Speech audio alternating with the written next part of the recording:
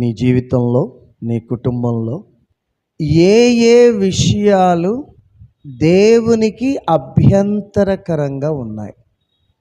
ఏ ఏ విషయాలు దేవుడు నీ జీవితంలో, కుటుంబంలో పని చేయకుండా చేస్తున్నాయి? ప్రశాంతంగా దేవుని సన్నిధిలో కూర్చొని ఆయన వాక్యపు వెలుగులో మన జీవితాలను పరిశీలించుకుందాం. మన కుటుంబాలను పరిశీలన చేసుకుందాం. బయటికి కొన్ని విషయాలను మనం వెళ్ళగొట్టాలి. మన జీవితాలలో నుండి, మన కుటుంబాలలో నుండి వేటిని వెళ్ళగొట్టాలి, పారద్రోలాలి? ఏ ఏ విషయాలు దేవునికి అభ్యంతరకరంగా ఉన్నాయో వాటిని పారద్రోలాలి, వెళ్ళగొట్టాలి. చాలా ప్రాముఖ్యమైన అంశం అది. మనం ఇలా ప్రార్థన చేస్తేనే అలా వచ్చి దేవుడు మన జీవితాల్లో, కుటుంబాల్లో అద్భుత కార్యాలు చేస్తాడు అని మనం అనుకోకూడదు. దయచేసి గమనించండి. ఇలా ప్రార్థన చేస్తే అలా వచ్చి ఆయన మన జీవితాల్లో, కుటుంబాలలో అద్భుత కార్యాలు చేసేస్తాడబ్బా అనుకోవడానికి వీళ్ళే. ఆయన మన జీవితాల్లో, కుటుంబాల్లో అద్భుత కార్యాలు చేయటానికి తగినటువంటి వాతావరణం మన జీవితాల్లో, కుటుంబాల్లో మనం ఏర్పరచాలి. కంఫర్టబుల్గా మన జీవితాల్లో ఆయన పనిచేయాలి అంటే, ప్రశాంతంగా మన కుటుంబాల్లో ఆయన పనిచేసి అద్భుత కార్యాలు చేయాలి అంటే ఆయన పని చేయదగిన వాతావరణం మన జీవితాల్లో, కుటుంబాల్లో ఉండాలి. కొన్ని విషయాలు ఆయనకు అభ్యంతరకరంగా ఉంటాయి. మన జీవితాల్లో కొన్ని విషయాలు ఉంటాయి, అవి ఆయనకి ఇష్టం ఉండవు, అభ్యంతరకరంగా ఉంటాయి. అటువంటి టైంలో ఆయన మన జీవితాల్లో పనిచేయడు, మన కుటుంబాల్లో పనిచేయడు. దయచేసి గమనించండి ఈ సత్యాన్ని. కనుక ప్రార్థించేటప్పుడు, దేవా నా జీవితంలోకి వచ్చి, నా కుటుంబంలోకి వచ్చి గొప్ప కార్యములు చేయదేవా అని ప్రార్థన చేసే సమయంలో ఇంకొక వైపు మన హృదయాలను, మన కుటుంబాలను పరిశీలన చేసుకోవాలి. దేవుడు ఇప్పుడు వచ్చి మన జీవితంలో, కుటుంబంలో పనిచేస్తాడు. ఏవైనా ఆయనకి అభ్యంతరకరమైన విషయాలు నా హృదయంలో ఉన్నాయేమో, నా కుటుంబంలో ఉన్నాయేమో పరిశీలన చేసుకుంటూ వాటిని బయటికి పారద్రోలుతూ, దేవా నా జీవితంలోకి వచ్చి, కుటుంబంలోకి వచ్చి పనిచేదేవా అని ప్రార్థించాలి. ఒకవైపు ప్రార్థన చేస్తూ ఇంకొక వైపు పరిశీలన చేసుకుంటూ, పారద్రోలుతూ దేవుడు మన జీవితాల్లో, కుటుంబాల్లో ప్రశాంతంగా పని చేయదగిన, అద్భుతాలు చేయదగిన వాతావరణాన్ని మనం సృష్టించాలి, ఏర్పరచాలి. సోదరి సోదరుడా, అందుకనే చెప్తున్నా, నీ జీవితంలో, నీ కుటుంబంలో ఏ ఏ విషయాలు దేవునికి అభ్యంతరకరంగా ఉన్నాయి, దేవునికి నచ్చట్లే, ఆ అభ్యంతరకరమైన విషయాలను బట్టి దేవుడు నీ జీవితంలో పనిచేయలేకపోతున్నాడు, నీ కుటుంబంలో పనిచేయలేకపోతున్నాడు, అద్భుత కార్యాలు చేయలేకపోతున్నాడు. ఫస్ట్ వాటిని పట్టుకోండి. అభ్యంతరకరమైన విషయాలను పట్టుకొని, దేవునికి నచ్చని విషయాలు పట్టుకొని వాటిని బయటికి వెళ్ళగొట్టాలి, తొలివేయాలి. యాయీరు అనేటువంటి ఒక సమాజ మందిర అధికారి ఉన్నాడు. చాలాసార్లు మనం ఈ సంఘటన గురించి, ప్రభువైన యేసుక్రీస్తు చేసిన ఈ అద్భుత కార్యాన్ని గురించి విన్నాం, పదే పదే ధ్యానించుకున్నాం కూడా. ఆయన యాయీరు ఇంట్లో నుంచి బయటకు వచ్చినప్పుడు ఆ చిన్న కుమార్తె ఇంకా ప్రాణంతోనే ఉన్నది. ఒకతే కుమార్తె, 12 సంవత్సరాల ప్రాయం, చావు సిద్ధమై ఉంది, చనిపోతుంది అన్న విషయం బాగా తెలుసు తండ్రికి కూడా. అన్ని ప్రయత్నాలు చేశాడు, విఫలమయ్యాడు. ఇక ఉన్న ఏకైక మార్గం ప్రభువైన యేసును తన ఇంటికి ఆహ్వానించటం, తన చిన్న కుమార్తె తల మీద చేయి ఉంచి ఆయన ద్వారా స్వస్థత పొందుకోవడం. ఇదే ఇంకా ఉన్న ఏకైక మార్గం. ప్రభు దగ్గరికి వెళ్ళాడు, ప్రభువును బ్రతిమలాడాడు, ప్రభు అతనితో కూడా బయలుదేరాడు. సరే, ఇంకా మార్గ మధ్యంలో ఆయనకు ఒక వర్తమానం వచ్చింది, నీ కుమార్తె చనిపోయింది, బోధకుని ఎందుకు శ్రమ పెడతావు, బోధకుని ఎందుకు శ్రమ పడతావు, నీ చిన్న కుమార్తె చనిపోయింది. ప్రభు అన్నాడు, ఆ విషయం విన్న తర్వాత, భయపడకము, నమ్మిక మాత్రం ఉంచి ఆమె స్వస్థపరచబడను. తర్వాత ప్రభువైన యేసుక్రీస్తు యాయీరు ఇంటికి వచ్చాడు. తనతో పాటు కేవలం 3 శిష్యులను మాత్రం వెంట పెట్టుకొని వచ్చాడు. పేతురు, యోహాను, యాకోబు. మిగతా వాళ్ళందరినీ అక్కడనే వదిలిపెట్టి ఆయన మాత్రం 3 శిష్యులను తీసుకుని ఇంటికి వచ్చాడు. ఇంట్లోకి వచ్చి చూస్తే దయచేసి గమనించండి, ప్రభువు ఆ ఇంట్లో ప్రశాంతంగా పనిచేసి అద్భుత కార్యం చేయటానికి, ఆ చిన్న కుమార్తెను బ్రతికించటానికి, ప్రశాంతంగా అద్భుత కార్యం చేయటానికి ఆ వాతావరణం లేదు. ఆయన విసిగించే వాతావరణం ఉంది, అపనమ్మకాన్ని కలిగించే వాతావరణం ఉంది. ఏంటి ఆ వాతావరణం? గొల్లుగా చాలామంది బంధువులు కావచ్చు, తెలిసిన వాళ్ళు కావచ్చు, వాళ్ళందరూ ఆ ఇంట్లో సమకూడారు. గొల్లు చేస్తున్నారు, ఏడుస్తూ ఉన్నారు, ప్రలాపిస్తూ ఉన్నారు. చిన్న కుమార్తె చనిపోయింది కదా, అందుకనే గొల్లు చేస్తూ ఉన్నారు, ప్రలాపిస్తూ ఉన్నారు, ఏడుస్తూ ఉన్నారు. ఆ ఏడుపులు పెడబొబ్బల మధ్యలో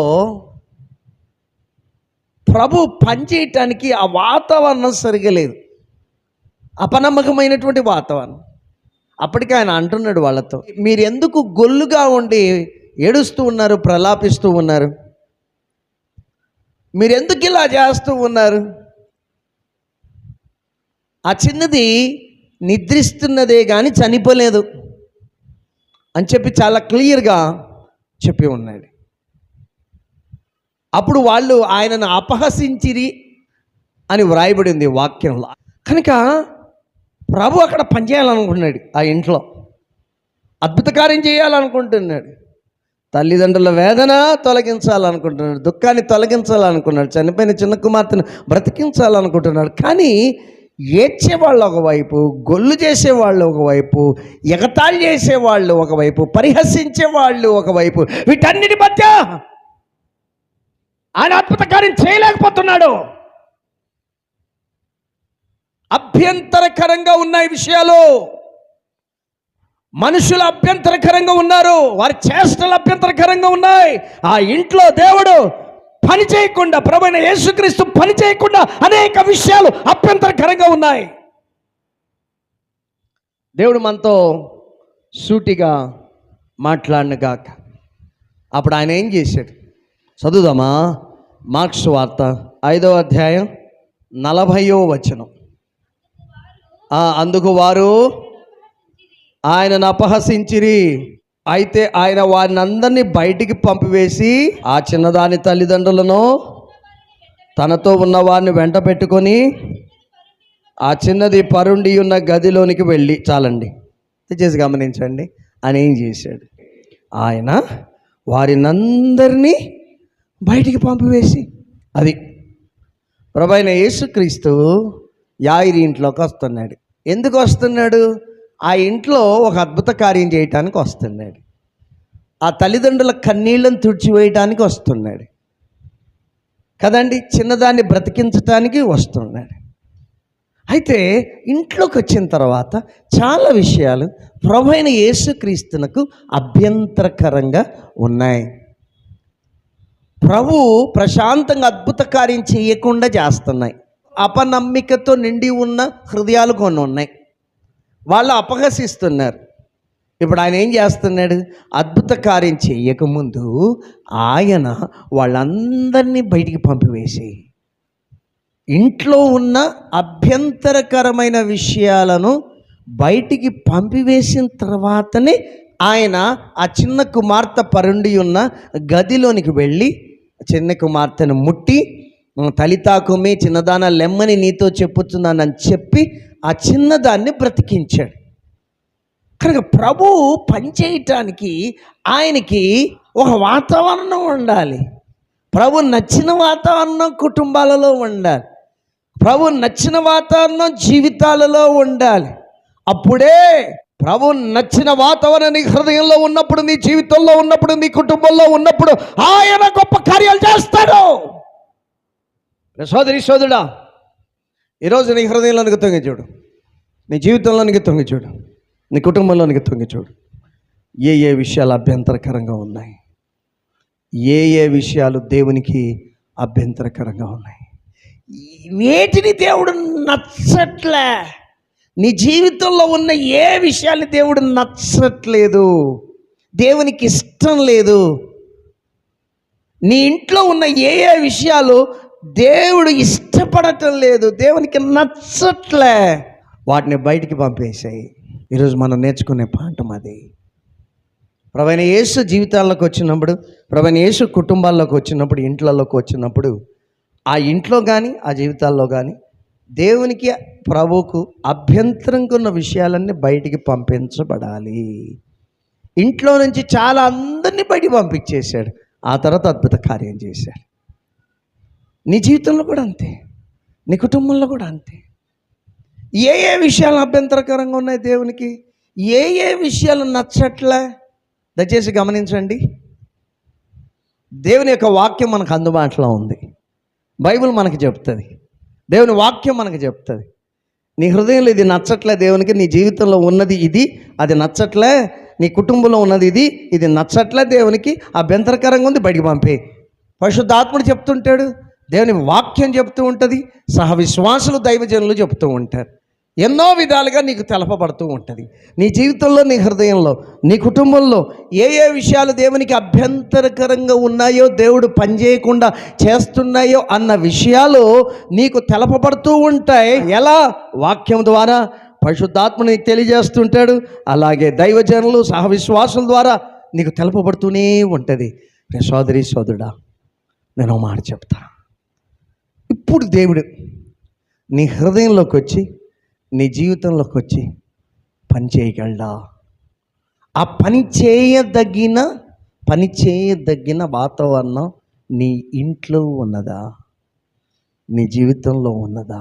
నీ జీవితాన్ని, నీ హృదయాన్ని ఒక్కసారి పరిశీలన చేసుకో. ఈరోజు ఒకటే ప్రక్షాళన కార్యక్రమం చేయాలి. క్లీన్ అండ్ గ్రీన్ పని చేపట్టాలి. క్లీన్ అండ్ గ్రీన్ కదా. మన ఇళ్ళల్లో కూడా ఏదో ఒక టైం చూసుకొని, ఖాళీ సమయాలు చూసుకొని ఇల్లంతటినీ శుభ్రం చేస్తూ ఉంటాం కదా. ఇంట్లో ఉన్న ఆ మూలలకున్న బూజునంతా కూడా దులుపుతూ ఉంటాం. అలాగే ఆ బెడ్షీట్లను మారుస్తూ ఉంటాం, కర్టన్స్ని మారుస్తూ ఉంటాం, మూలలో ఉన్న దుమ్మునంతా కూడా ఊడ్చేసి క్లీన్ చేసి కడిగేస్తూ ఉంటాం. Clean and green. ఈరోజు మన ఆధ్యాత్మిక జీవితంలో కూడా క్లీన్ అండ్ గ్రీన్ అనేది చేపట్టాలి. నీ హృదయాన్ని ప్రక్షాళన చేసుకో, నీ జీవితాన్ని ప్రక్షాళన చేసుకో, నీ కుటుంబాన్ని ప్రక్షాళన చేసుకో. నీ జీవితంలో ఉన్న ఏ విషయాలు దేవునికి నచ్చట్లేదు, నీ కుటుంబంలో ఉన్న ఏ విషయాలు దేవునికి నచ్చట్లేదు, అవి ఉన్నందువలన దేవుడు నీ జీవితంలో అద్భుత కార్యాలను చేయట్లేదు. దేవునికి అభ్యంతరకరమైన విషయాలు, నచ్చని విషయాలు నీ ఇంట్లో ఉన్నాయి కాబట్టి దేవుడు నీ కుటుంబంలో, నీ ఇంట్లో పనిచేయటం లేదు. సోదరి సోదరా, వాటిని గుర్తించు, వాటిని నీ జీవితంలోంచి ప్రారద్రోలు వెళ్ళగొట్టు. అది ఈరోజు ఇప్పుడే నువ్వు చేయవలసి ఉన్నది. అర్థం కావడానికి నేను ఒక సాధారణ ఉదాహరణ కూడా మీకు తెలియజేస్తాను. అలాగే ఇంకొక బైబిల్ ఉదాహరణ కూడా మీకు నేను తెలియజేస్తాను. టిమ్ గుస్తాఫ్ సన్ అనేటువంటి ఒక దైవజనుడు ఉన్నాడు. టిమ్ గుస్తాఫ్ సన్ దైవజనుడు. అతడు దేవుని పరిచర్యను చేస్తూ ఉన్నాడు. అతను తండ్రి గారు మంచి మిషనరీ. ఆ దేశంలో ఉన్న ఒక తెగవారి మధ్య చాలా సంవత్సరాలు మిషనరీగా పనిచేశాడు. ఆ తర్వాత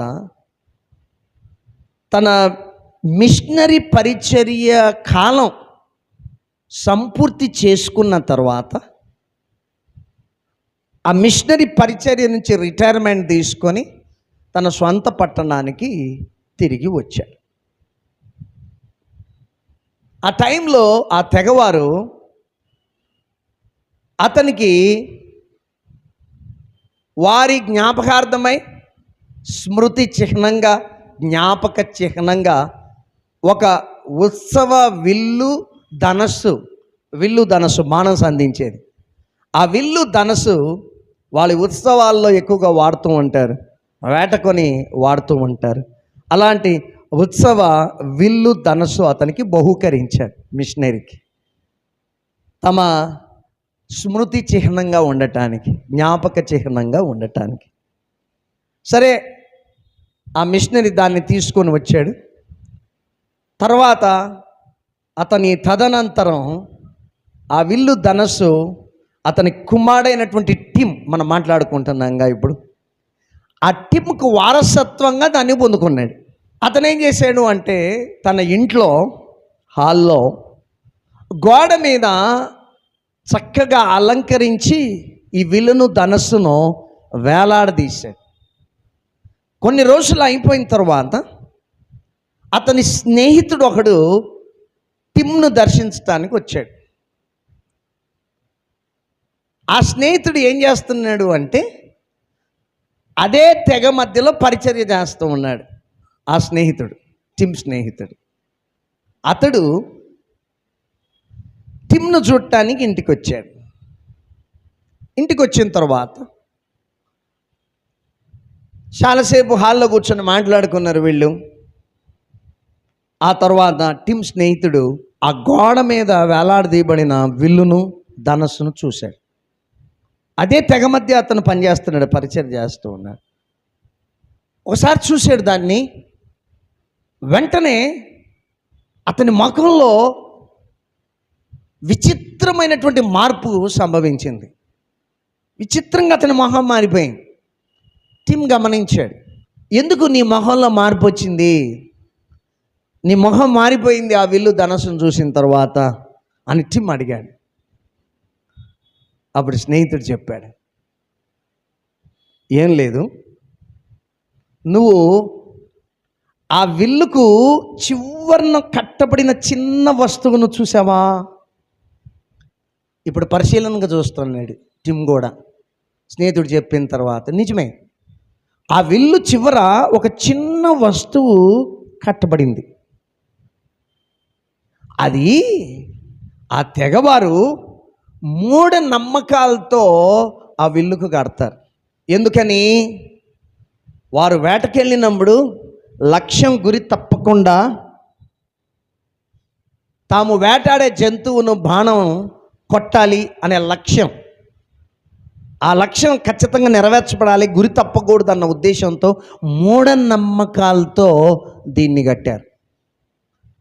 ప్రతి విల్లుకు కూడా ఈ రీతిగా ఈ చిన్న వస్తువును మనోజ్ఞత అంటాం. ఆ చిన్న వస్తువును విల్లుకు కడతారు మూఢనమ్మకాలతో. అదొక భ్రాంతి, అదొక అద్భుత ఆకర్షణ అంతే. ఆ తెగ మధ్య ఉన్న జనాలకి అదొక అద్భుత ఆకర్షణ. నిజం చెప్పాలంటే అదొక భ్రాంతి. అతను అంటాడు, స్నేహితుడు అంటాడు, నాకు తెలుసు దాంట్లో ఏ శక్తి లేదు అని, ఏ మంత్రశక్తి తంత్రశక్తి ఏం లేదు, మూఢనమ్మకాలతో కట్టినప్పటికీ కూడా వాళ్ళు ఏ శక్తి లేదని నాకు తెలుసు, కానీ నేను దానిని నా ఇంట్లో అయితే ఉంచను. ఎందుకంటే ఆ తెగవారు మూఢనమ్మకాలతో దాన్ని కట్టారు, మూఢనమ్మకాలతో కట్టారు కాబట్టి నేనైతే దానిని నా విశ్వాస గృహంలో ఉంచను. చాలా స్పష్టంగా చెప్పాడు స్నేహితుడు. అప్పుడు టిమ్ వెంటనే స్పందించాడు. దైవజనుడు ఇతను కూడా పరిచర్య చేస్తున్నవాడు. అంతవరకు అతనికి తెలియదు, ఇప్పుడు తెలుసుకున్నాడు. వెంటనే ఇంట్లోకి పోయాడు, కత్తెర తీసుకొని వచ్చాడు, గోడ నుంచి ఆ విల్లును కిందికి దించాడు. చిన్న వస్తువును విల్లు నుంచి కత్తిరించి ఇంటి బయటికి పోయి దిబ్బలో పారవేశాడు. స్నేహితుడు అన్నాడు, ఏంద్రా ఇంత త్వరగా స్పందించావు నువ్వు, ఎందుకు ఇంత త్వరగా స్పందించి దాని దెబ్బలో పడేసావు ఆ చిన్న వస్తువును, మనోజ్ఞతను? అంటే అతను ఒకటే చెప్తాడు, దేవునిని ఆరాధించటానికి ఉద్దేశించినది తప్ప మరి ఏది కూడా నా ఇంట్లో నేను ఉంచదలుచుకోలేదు. దేవునిని ఆరాధించటానికి ఉద్దేశించినది తప్ప మరి ఏది కూడా నా ఇంట్లో నేను ఉంచదలుచుకోలే. అందుకనే అంతకు మునుపు నాకు తెలీదు, ఇప్పుడు నువ్వు నాకు చెప్పిన తర్వాత అది ఎలాంటి మూఢనమ్మకాలతో కట్టినప్పటికీ, దాంట్లో ఎలాంటి శక్తి లేనప్పటికీ, అది ఒక భ్రాంతి అయినప్పటికీ కూడా అది నా ఇంట్లో ఉండకూడదు, అది నా ఇంట్లో ఉండకూడదు. అందుకని నేను కత్తిరించి బయట పారవేశాను. నా ఇంట్లో ఉన్న వస్తువులు కానీ, నా ఇంట్లో ఉన్న మనుషులు కానీ, నా ఇంట్లో ఉన్న ప్రతిదీ కానీ దేవుని ఆరాధించడానికి ఉద్దేశించబడాల్సిందే తప్ప మరి దేనికి కూడా అది ఉద్దేశించబడకూడదు, మరి దేనికి కూడా ఉద్దేశించబడకూడదు. అందుకని నేను బయట పారవేశాను. మనం ఏం ధ్యానించుకుంటున్నాం ఈరోజు? నీ ఇంట్లో దేవునికి అభ్యంతరకరంగా ఉన్న విషయాలు బయట పారద్రోలండి, బయటికి పడవేయండి. నీ హృదయంలో దేవునికి నచ్చని విషయాలు, దేవునికి అభ్యంతరకరంగా ఉన్నాయి ఏ విషయమైనా, అది పాపమైనా కావచ్చు, బలహీనత అయినా కావచ్చు, శరీర కార్యమైనా కావచ్చు, లోకపు మార్గమైనా కావచ్చు, లోకపు ఆకర్షణ కావచ్చు, దేవునికి అభ్యంతరకరంగా ఉందా? దేవునికి నచ్చని విషయాలన్నింటినీ బయటికి పారద్రోలండి. అప్పుడు దేవుడు నీ జీవితంలో గొప్ప కార్యాలు చేయగలడు, నీ కుటుంబంలో గొప్ప కార్యాలు చేయగలడు. దేవుడు మీతో సూటిగా మాట్లాడను గాక. సోదరుడా, చాలామంది క్రైస్తవులు కూడా చిన్న బిడ్డలకి ఏం కడుతుంటారండి? చేతికి అంతరాలు తంత్రాలు కడతారు, మెడకి అంతరాలు తంత్రాలు కడతారు. సూటిగా మాట్లాడుకుందామా? అదే దయ్యపు చేష్ట. ఒక అడ్డంకు తీసిపారే, ఏది ఉండకూడదు నీ శరీరం మీద, నీ పిల్లల శరీరాల మీద, నీ ఇంట్లో. గుమ్మడికాయ అలాంటి తీసింటారు ఇంట్లో. గుమ్మడికాయ ఏం చేస్తుంది? గుమ్మడికాయ. దయచేసి గమనించండి మూఢనమ్మకాలు.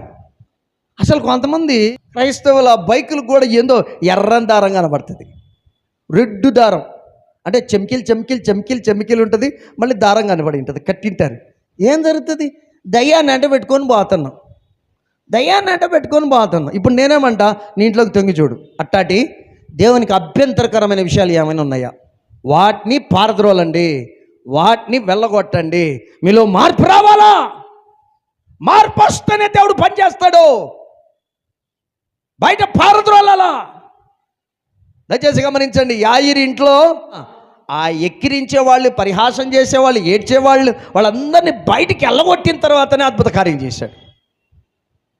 ఈ మిషనరీ అంటాడు, నా ఇంట్లో ఉన్న ప్రతిదీ దేవుని ఆరాధించడానికే ఉద్దేశించబడాలి.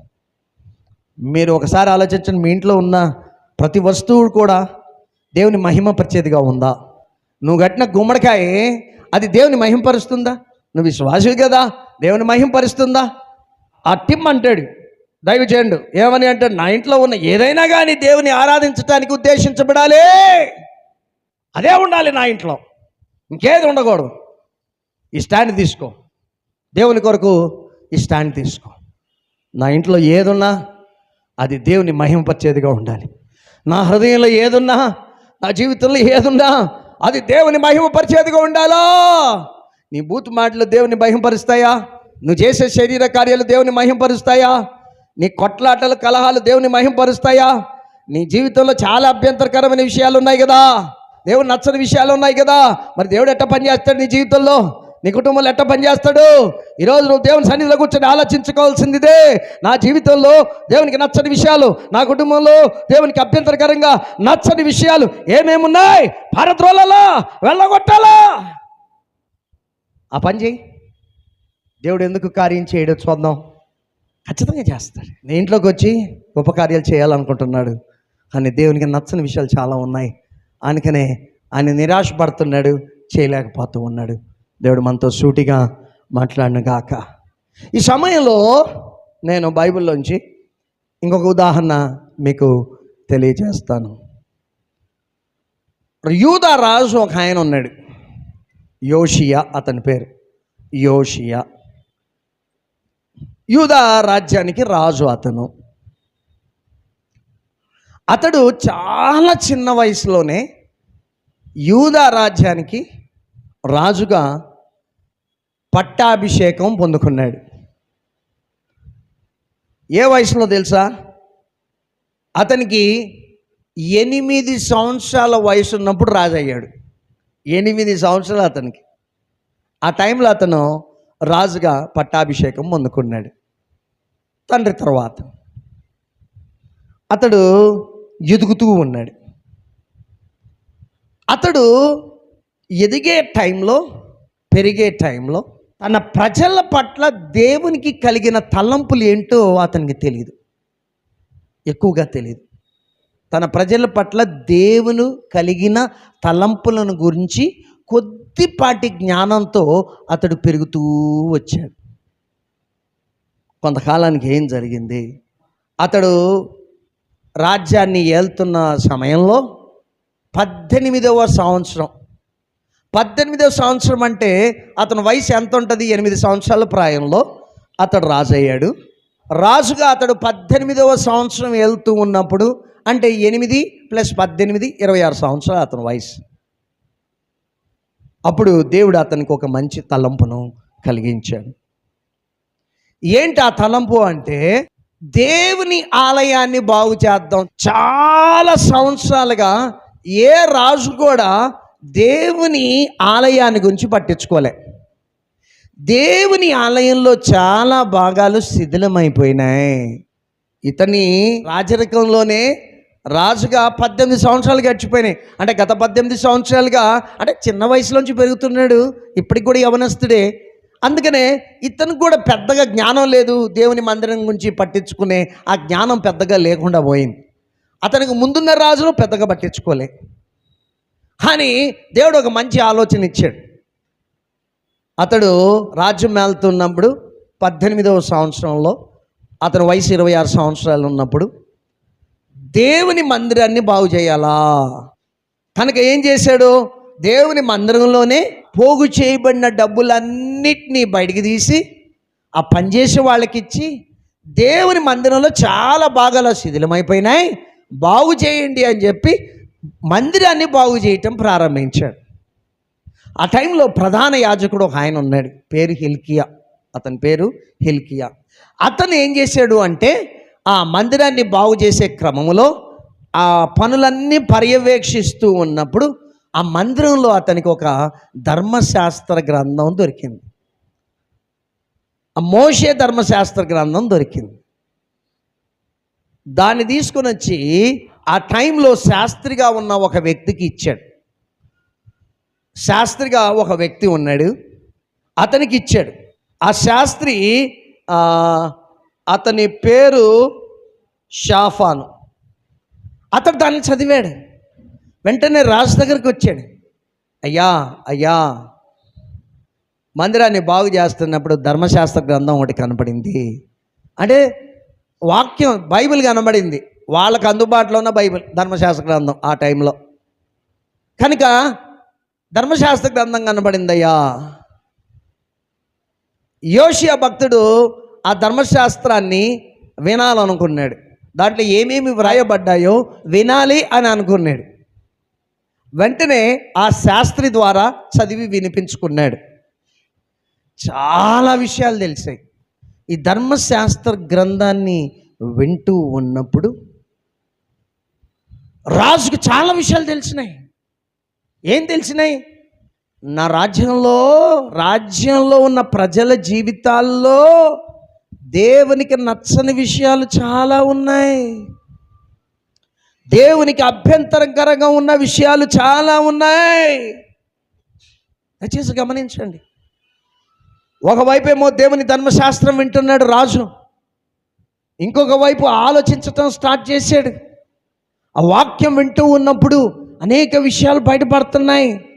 అరే, మా రాజ్యంలో దేవునికి అభ్యంతరకరంగా ఉన్న విషయాలు చాలా ఉన్నాయి. మా ప్రజల జీవితాల్లో దేవునికి అభ్యంతరకరంగా ఉన్న విషయాలు చాలా ఉన్నాయి. నచ్చని విషయాలు చాలా ఉన్నాయి. ప్రాముఖ్యంగా విగ్రహారాధన.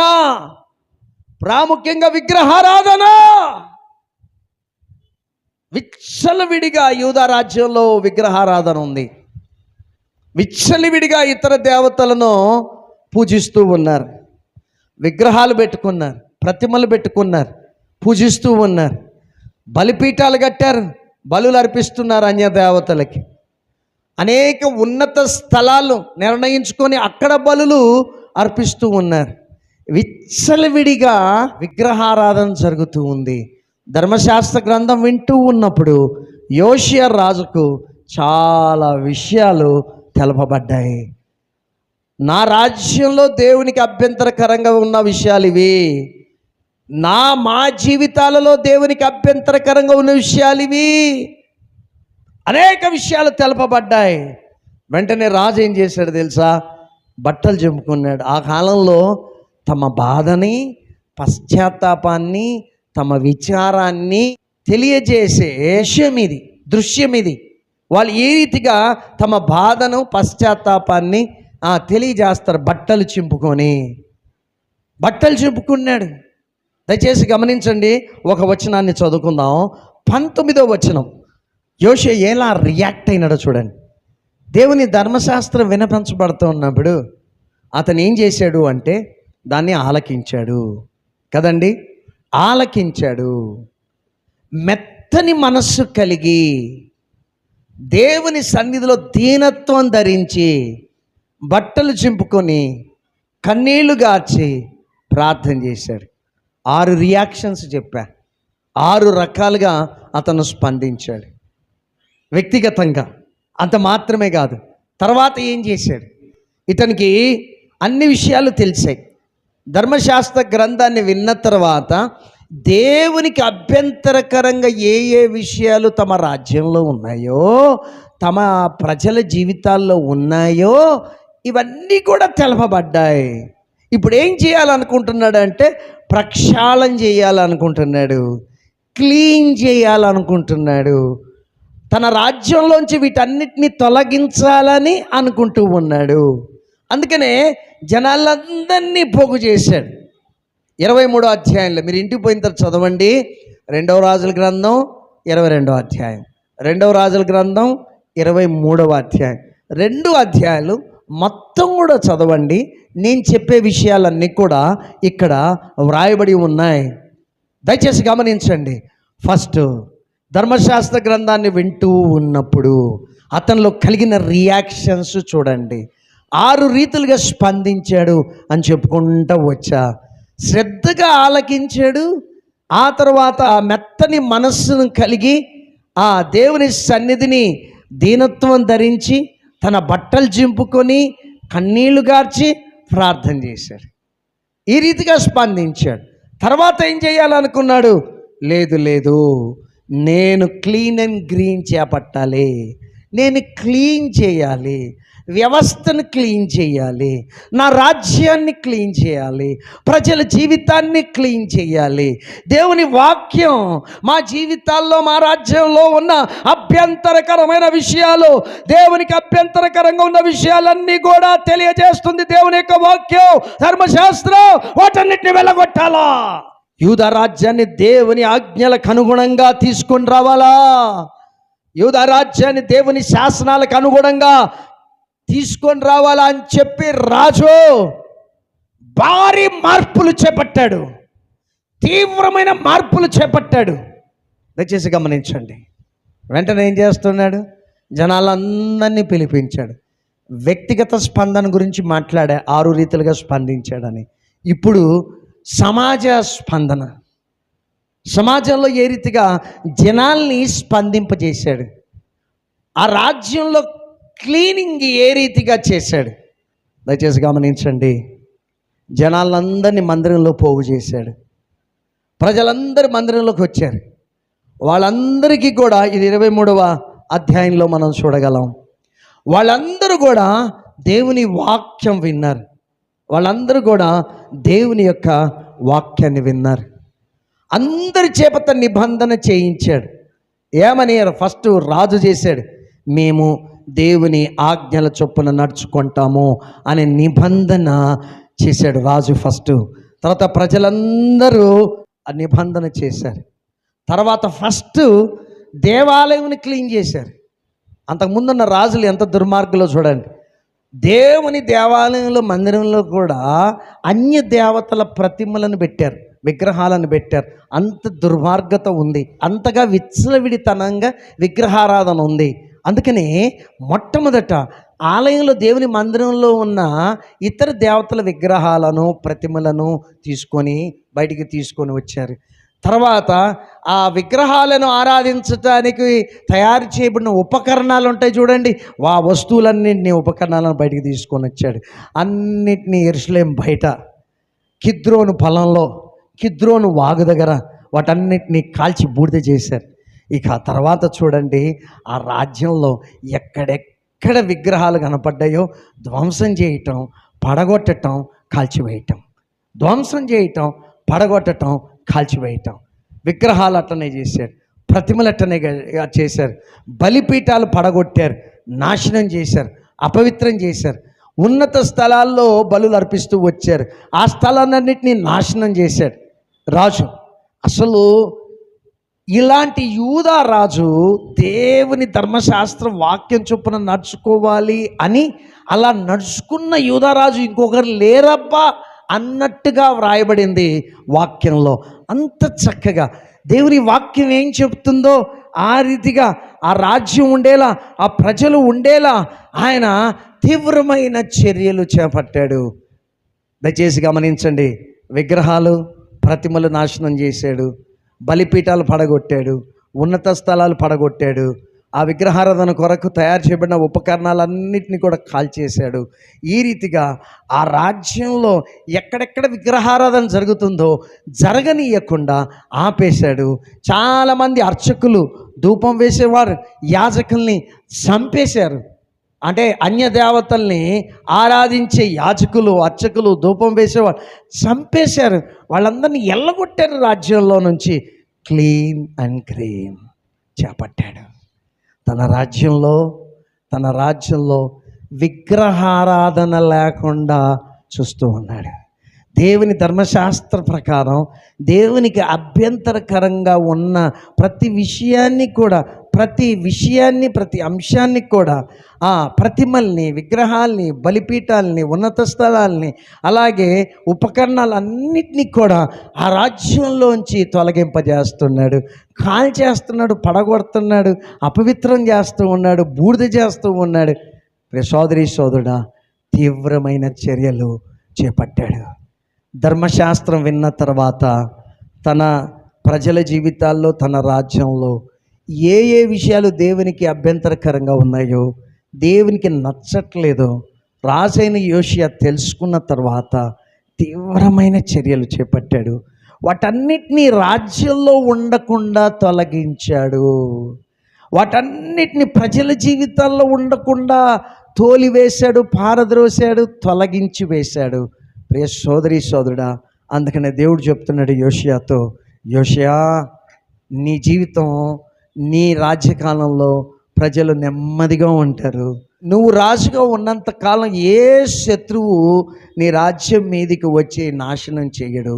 నువ్వు ప్రశాంతంగా సమాధి దాకా పోతావు, సమాధి చేయబడతావు. అంటే నీ జీవితం అంతా కూడా, నీ రాజ్య జీవితం అంతా కూడా నువ్వు రాజుగా ఉన్నంత కాలం నీకు ఎలాంటి ఇబ్బంది ఉండదు, శ్రమ రాదు, శత్రువులు నీ మీదకి దండెత్తిరారు. నువ్వు ప్రశాంతంగా నెమ్మది జీవితాన్ని పొందుకుంటావు.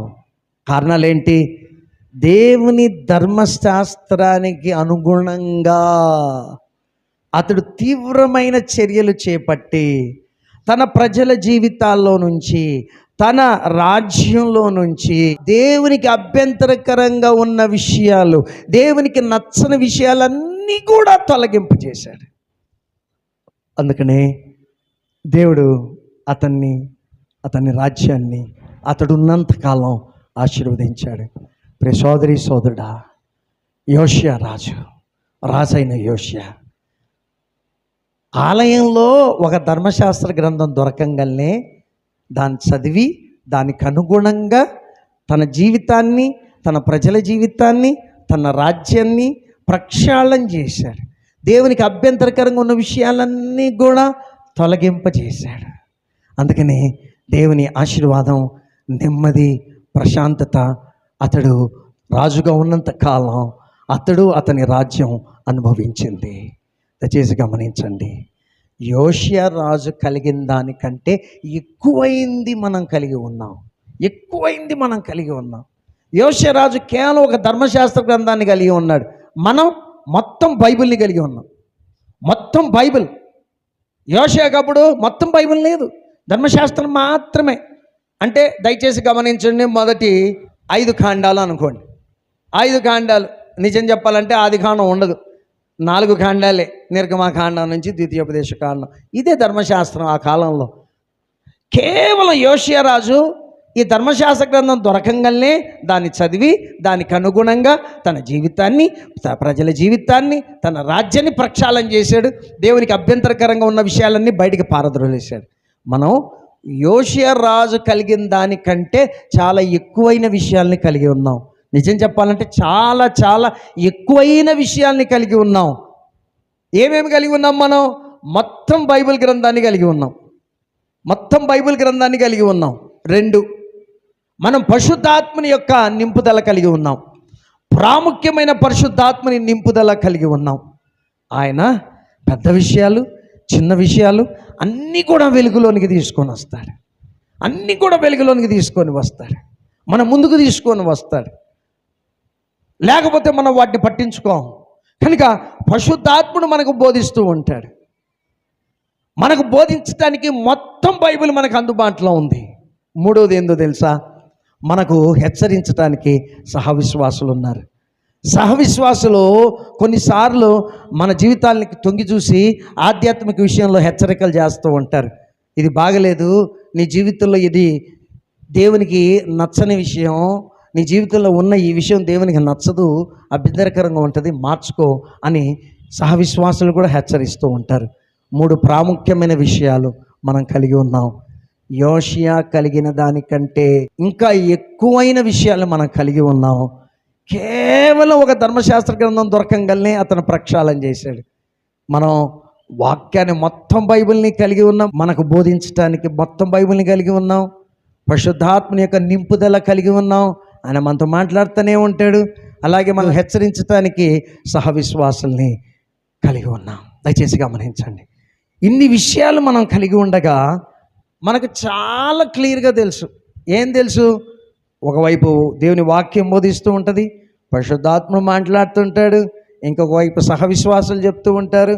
కాబట్టి మన జీవితాల్లో, కుటుంబాల్లో దేవుడు కోరుకొనిన విషయాలు ఏమేమి ఉండాలనో, దేవుడు కోరే విషయాలు, ఉండాల్సిన విషయాలు ఉన్నాయో, ఉండకూడని విషయాలు ఉన్నాయో మనకు బాగా తెలుసు. దయచేసి ఈ విషయాలు గమనించండి. దేవుడు కోరుకొనిన విషయాలు, దేవుడు మన జీవితాల్లో, కుటుంబాల్లో ఉండాలి అనుకుంటున్న విషయాలు ఏంటో, ఉండకూడని విషయాలు ఏంటో మనకు స్పష్టంగా తెలుసు. ఈ సమయంలో మనం పరిశీలించుకోవాల్సిన వారమై ఉన్నాం. ప్రశాంతంగా దేవుని సన్నిధిలో కూర్చొని, ఒకటి, నా జీవితంలో, నా ఇంట్లో ఏ విషయాలు దేవునికి అభ్యంతరకరంగా ఉన్నాయి, దేవుడు నా జీవితంలో, కుటుంబంలో పని చేయకుండా చేస్తూ ఉన్నాయి, నేను వెంటనే వాటిని పారద్రోలాలి, నా జీవితంలోంచి వెళ్ళగొట్టాలి, నా కుటుంబంలోంచి వెళ్ళగొట్టాలి. అప్పుడే నేను దేవుని యొక్క అద్భుత కార్యాలను పొందుకోగలను. ప్రియ సోదరి సోదరుడా, పరిశీలన చేసుకో, ప్రక్షాళన చేసుకో. అలాగే దయచేసి గమనించండి, మనం 3 ప్రాముఖ్యమైన విషయాలు కలిగి ఉన్నాం. దేవుని యొక్క వాక్యం, పరిశుద్ధాత్ముడు, సహవిశ్వాసులు. వాళ్ళందరూ మనకి ఏం చెప్తున్నారు? మనలో ఎలాంటి మార్పు రావాలి అని వాళ్ళు కోరుకుంటున్నారు, వాళ్ళు చెప్తున్నారు. ఈ విషయాల గురించి కూడా ఆలోచించండి. బైబిల్ ఏం చెప్తుంది? నీలో ఎలాంటి మార్పు రావాలని బైబిల్ చెప్తుంది. నీలో ఎలాంటి మార్పు రావాలని పరిశుద్ధాత్ముడు చెప్తున్నాడు. నీలో ఎలాంటి మార్పు రావాలని మరి సహవిశ్వాసులు చెప్తున్నారు.